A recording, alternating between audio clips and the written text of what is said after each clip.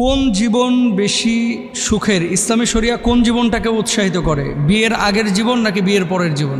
Very very important একটা বিষয় যে কোন জীবনটা আসলে আমাদের জন্য গুরুত্বপূর্ণ, এটা কি বিয়ের আগের সময়টা নাকি বিয়ের পরের সময়টা? এটা নিয়ে কিন্তু আলোচনা পর্যালোচনা অনেক কিছুই আমাদের সমাজে আমরা দেখতে পাই যে আছে। কেউ বলেন যে বিয়ে করে আমি ঠেকে গেছি, ধরা খেয়ে গেছি।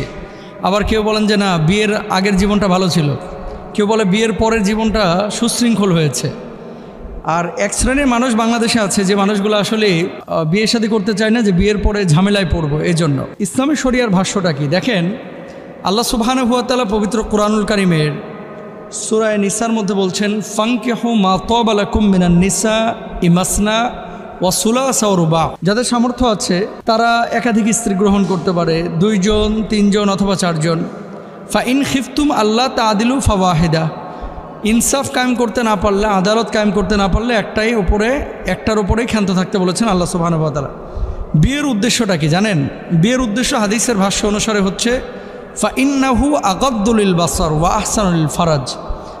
বিয়ে যখন একজন মানুষ করে, এই বিয়েটা তার চারিত্রিক রক্ষণাবেক্ষণ করে, চরিত্রকে ঠিক রাখে, তার দৃষ্টিকে অবনমিত রাখে, তার লজ্জাস্থানের হেফাজত করে, আন্তরিক বা স্পিরিচুয়াল কলুষতা থেকে তাকে হেফাজতে রাখে।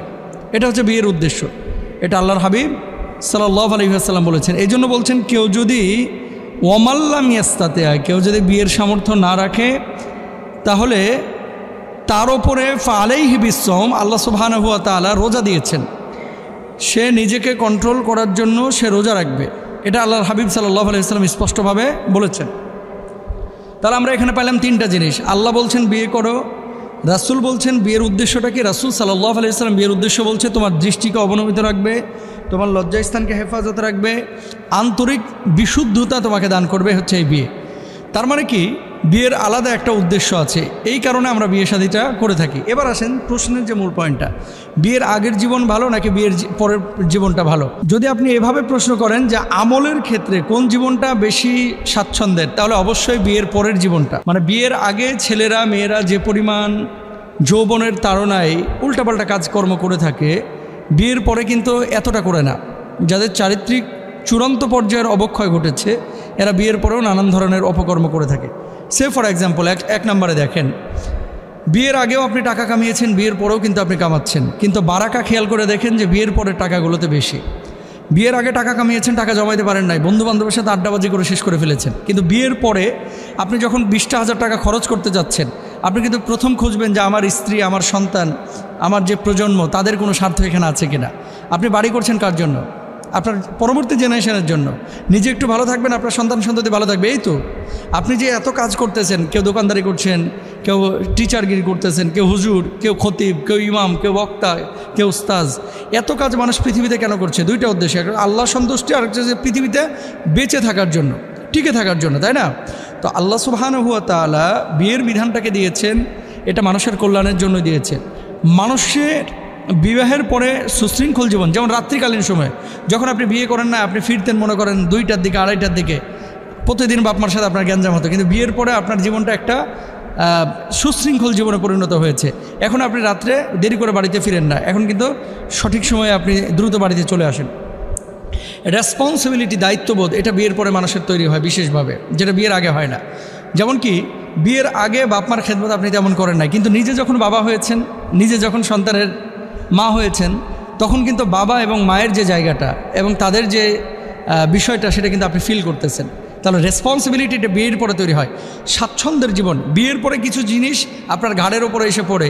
যেমন আপনার রুটি রুজির চিন্তাটা বেশি হয়ে যায়। আগে বাপের হোটেলে খেয়েছেন, এখন বাপের হোটেল থেকে বের হয়ে গেছেন, এখন নিজে কামাই করে আপনাকে চলতে হচ্ছে। যদিও নিজে কামাই করছেন, কিন্তু আপনি এই যে কামাইটা করার কারণে পরিশ্রম করছেন, এটার জন্য কিন্তু একটা সওয়াব আপনার আছে।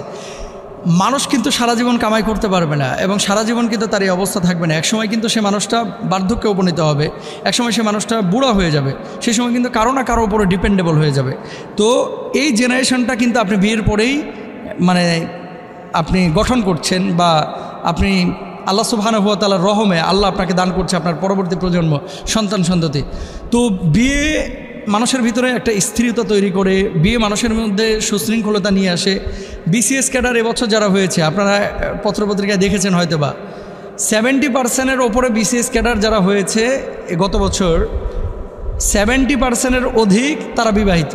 তার মানে কি, অনেকে বলে বিয়ে করলে পড়াশোনা হয় না, বিয়ে করলে আরও ভালো পড়াশোনা হয়, বরং বিয়ের আগেই উড়াধুরা মন থাকে তার, এখানে প্রেম করে, ওখানে ওর সাথে কথা বলে, এখানে এর সাথে আড্ডাবাজি করে, এখানে ঘুরতে চলে যায়, যা খুশি তাই করে, কিন্তু বিয়ের পরে এটা পারে না। তার মানে কি, সুশৃঙ্খল জীবন এটাই সুখের জীবন, ভালো জীবন। আল্লাহ সুবহানাহু ওয়া তাআলা আমাদের প্রত্যেককে এই জিনিসগুলো বোঝার তৌফিক দান করুক। সুতরাং যারা এই প্রশ্নটি যিনি করেছেন জসিমউদ্দিন ভাই, যে বিয়ের আগের জীবন বেশি ভালো না বিয়ের পরের জীবন বেশি ভালো, এক কথায় জবাব দিলে জীবনটা আপনি গড়বেন। এখন বিয়ের পরেও যদি আপনি নেশা করে বেড়ান, বিয়ের পরেও যদি আপনি পরক্রিয়া জেনা ব্যভিচার করে বেড়ান, তাহলে আপনার বিয়ের পরের জীবনটাও যেমন আগের জীবনটাও তেমনই। আর বিয়ের আগেও যদি আপনি এগুলো না করে আল্লাহর পথে নিজেকে পরিচালিত করতে পারেন, এখন ভালো এবং মন্দ এটা আপনার উপরে ডিপেন্ড করবে যে আপনি নিজেকে কিভাবে সমাজের মধ্যে ইস্টাবলিশ করতেছেন, কিভাবে নিজেকে পরিচালিত করছেন, আপনার ভিতরে তাকওয়া আছে কিনা। সুতরাং বিয়ের আগের জীবন এবং পরের জীবন দুটো পার্থক্য অবশ্যই আছে। বিয়ের পরের জীবনটা সুশৃঙ্খল জীবন, বিয়ের আগের জীবনটাও সুশৃঙ্খল করতে পারেন যদি তাকওয়া আল্লাহর আপনার ভিতরে থাকে। আল্লাহ তাআলা আমাদেরকে বোঝার তৌফিক দান করুন।